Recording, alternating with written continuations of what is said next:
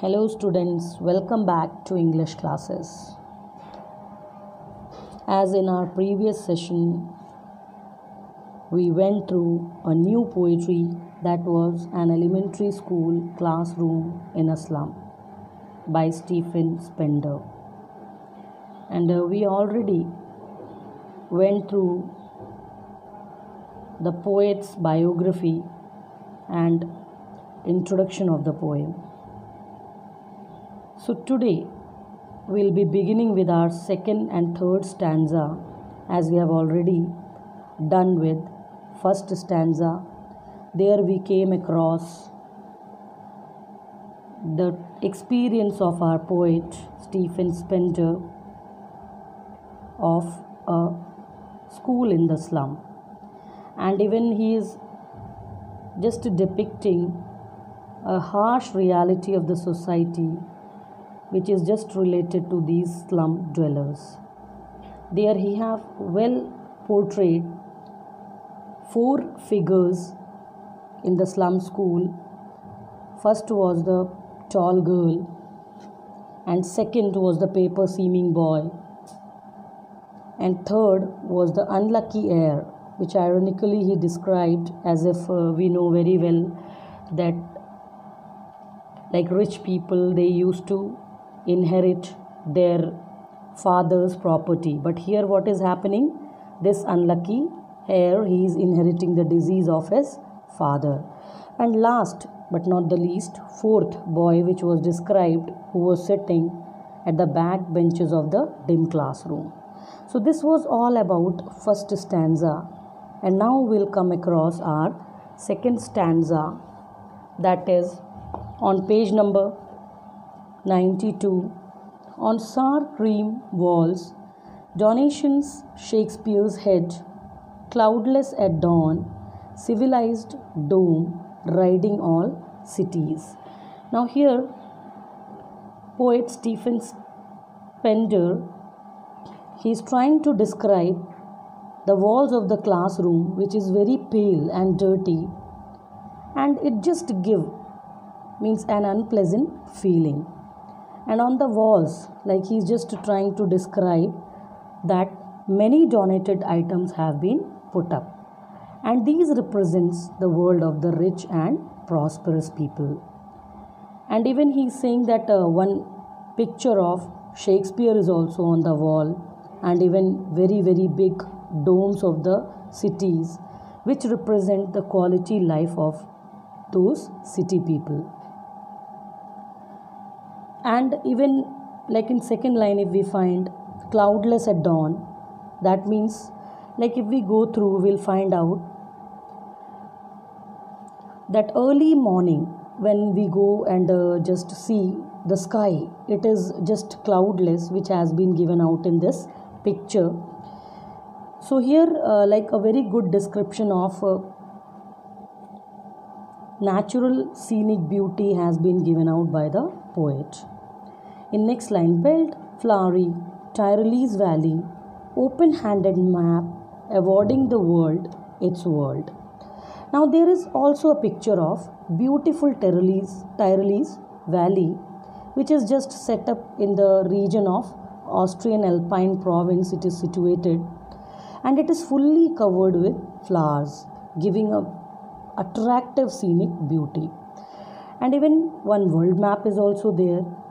If we go through, we'll find out that which divides the world into countries. We know very well what the map is about. It is all about the countries, which is just divided into like so many places, so big and small, and it just symbolically shows that the whole world to that children, means like we know if we go through the world, lots and lot of like peace, and if we say a very good kind of feeling it gives out when we used to visit these all places.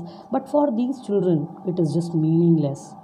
And yet for these children, these windows, not this map, their world, where all their futures painted with a fog. Now, but all these pictures have no meaning to these impoverished children.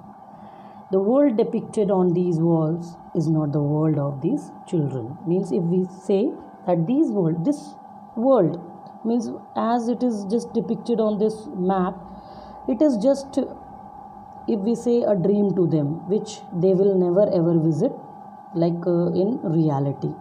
And their world, it just contain the world which contains huge domes or prosperity or the scenic beauty just presented in these pictures, but unfortunately their world is painted with fog. And now what kind of fog it is? It is fog of hopelessness and hunger, and their future is just grim and uncertain, which is sealed with darkness and dull sky, not like the sky which has been mentioned by the poet, as it is cloudless, it is very much clear. But their world, that is full of, if we say, cloud, darkness is there, no bright, if we say, not a bright sky it is. So that he is just trying to portray here. And poet even again he says that their world is very much far away from the actual world of natural beauty. Now a narrow street sealed in with a lit sky, far far from rivers, capes and stars of birds.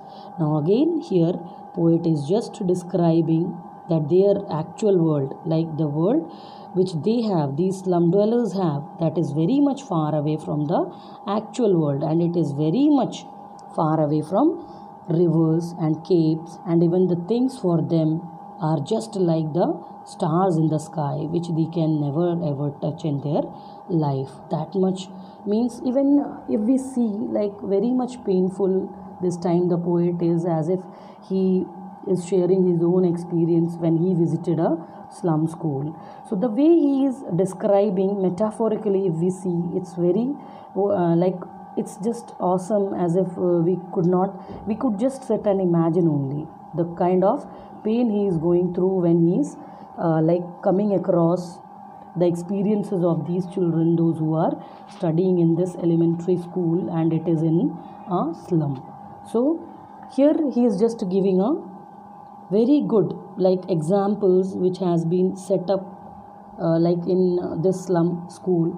So now our next stanza is, surely Shakespeare is wicked, the map a bad example, with ships and sun and love tempting them to steal. Now here again the poet calls the portrait of Shakespeare wicked because it is meaningless. As we know very well that Shakespeare, he symbolically is known for higher education. But what about these children?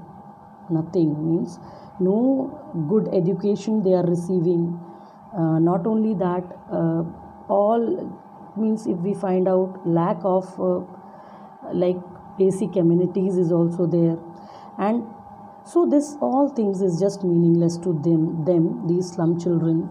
And there is no quality education in these schools, as we know. So children here will never learn about Shakespeare's work, as if, because they don't have good opportunities of education. So even if this map is also a bad example for them, the reason is these children, their classroom is the whole world for them, because they have never ever visited any country or any state or even any places physically, if we say.